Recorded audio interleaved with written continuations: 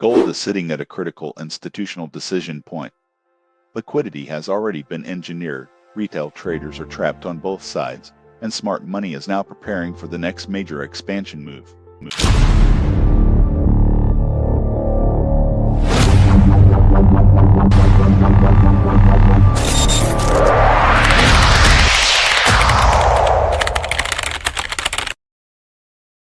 In this breakdown, we're going to analyze gold exactly like institutional traders do, using nothing but market structure, liquidity, and pure price action. The first thing institutions watch is structure.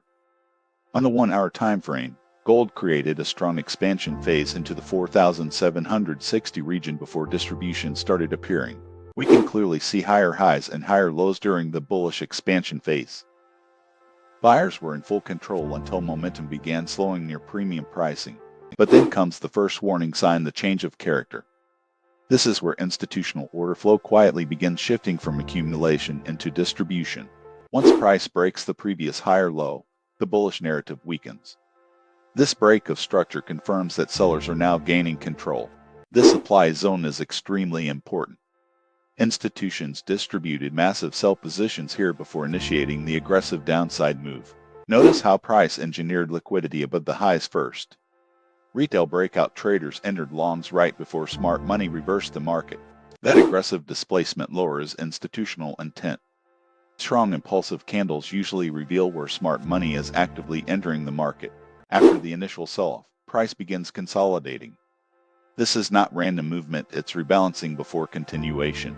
Notice how every bullish retracement becomes weaker. Buyers are unable to reclaim previous highs, showing clear absorption by institutions. Gold is currently trading deep inside discount territory after the major sell-off. But short-term liquidity engineering is still taking place. This demand zone is where buyers temporarily defended price. Institutions reacted here because sell-side liquidity had already been collected. That weak low below current price is extremely important. Weak lows attract liquidity, and institutions often revisit them before reversing. The current narrative is simple: institutions distributed near the highs, engineered bearish continuation, and are now deciding whether to continue toward lower liquidity. Most retail traders buy after seeing temporary bullish reactions. But smart money uses these reactions to fill sell positions and to trap liquidity. Now let's move to the 15-minute time frame and see how institutions are executing inside the current market structure. On the 15-minute chart, we can see a much cleaner view of current order flow and liquidity positioning. After sweeping liquidity near the lows, gold aggressively recovered. That recovery signals short-term buyer activity inside a larger bearish framework. The internal bullish break of structure tells us buyers temporarily regain control on lower time frames. These equal highs are acting like magnets for price. Liquidity is now building above the current range. Whenever price compresses like this, institutions are usually preparing for expansion. Compression creates energy. Repeated rejections near the highs indicate seller absorption. Buyers are struggling to push price beyond premium pricing. At the same time, liquidity is also resting below the current lows. This creates a classic two-sided liquidity environment. The institutional traders often manipulate both sides before expansion. Fake breakouts are designed to trap emotional traders. Notice how bullish candles are getting weaker as price approaches supply. That's usually a sign of exhaustion. Institutional traders think in terms of value. Premium zones favor selling, while discount zones favor buying. As long as price remains below the short-term supply zone, sellers still maintain intraday control. This is where execution matters. Institutions now have two potential paths: sweep higher for sells or break higher for continuation. Let's start with the higher probability sell setup based on liquidity sweep and rejection. If price sweeps above the equal highs into 4,560 to 4,570 and immediately rejects, that confirms institutional selling pressure.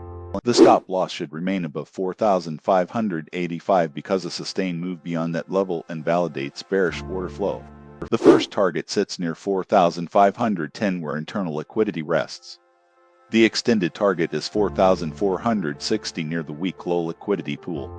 This setup offers more than a 1 to 2 risk to reward profile, aligning perfectly with institutional execution principles.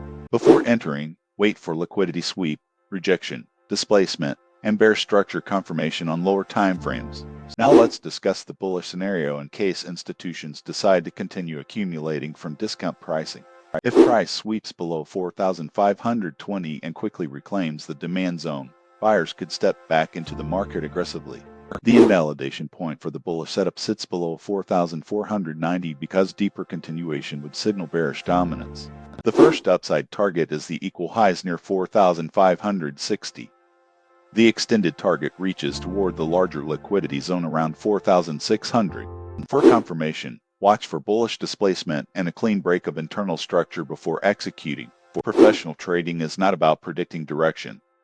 It's about reacting to liquidity and waiting for institutions to reveal intent. Pro tip number 1: the best trades usually begin with discomfort. Liquidity sweeps are designed to trigger emotional decisions. Pro tip number 2: consolidation before expansion is normal. Never force entries inside compression. And finally, always align lower timeframe execution with higher timeframe narrative. Context creates consistency. If you want more institutional breakdowns like this using your smart money concepts and liquidity theory, subscribe now and I'll see you in the next analysis.